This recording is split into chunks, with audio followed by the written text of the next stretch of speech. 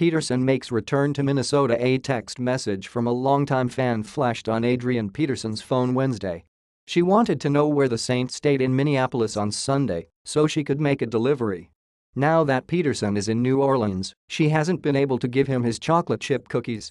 Every year during training camp, she'd bring cookies, Peterson said. And they were good too.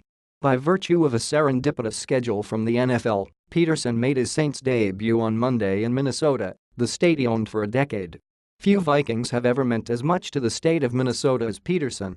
Quarterback Fran Tarkenton took the Vikings to the Super Bowl 3 times in the 70s. Alan Page, Randy Moss, Cris and John Randle also left their mark on the franchise. But for the past decade, Peterson has been the constant, a brilliant player on teams that often failed to match his talent, a common theme among the greatest running backs of all time. When you think of Minnesota, you think of Adrian, former Vikings fullback Zach Line said. Peterson was so important that the team did whatever it could to protect the franchise's most valuable asset. He stopped taking carries in preseason games in 2011. When new defensive players arrived in Minnesota to join the team, they were immediately warned about the most important rule in the locker room. In Minnesota, we weren't allowed to touch 28, former Vikings and Saints linebacker Michael Motti said. They told us the first day as a rookie, if you touch 28, you might as well go home and pack your stuff. Peterson is expecting a warm reception from the fan base that supported him all those years, and he has good reason. The fans up there love him, Line said. I think they were always rooting for him to dominate like he can. When things didn't go our way, it was never on him. His number 28 Saints jersey was the highest-selling NFL jersey in the state of Minnesota this offseason. Purple and white versions of the number 28 have popped up in Saints practices across the country during training camp, with longtime Vikings fans making pilgrimages to see a man they still consider their favorite player. Peterson is the rare breed of NFL star who transcends team. A lot of Minnesota Vikings remain fans of Adrian Peterson. A lot of other fans are fans of Adrian Peterson first, any other team second.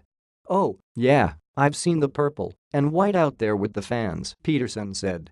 I don't pass by, I make sure I stop and sign. Few NFL players know what it's like to reach Peterson's level of fame.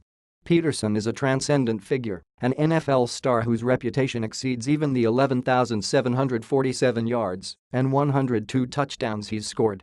From his time as a high school player at Palestine, Texas, to Oklahoma and on to Minnesota, Peterson has always been among the most gifted and awe-inspiring runners in the game. A generation of NFL players and fans grew up watching him. For me, it's kind of like when I came down here and started playing with Drew Brees, Motti said. Anywhere we'd go, everyone was screaming for Adrian. Peterson's departure from Minnesota also likely failed to generate the feeling of betrayal that has marred the separation of other great players and franchises. The Vikings front office ultimately made the decision to move on from one of its greatest players. All those kind of decisions are difficult, Vikings coach Mike Zimmer said. He was a free agent. Anytime that you have good players that leave, it's always difficult.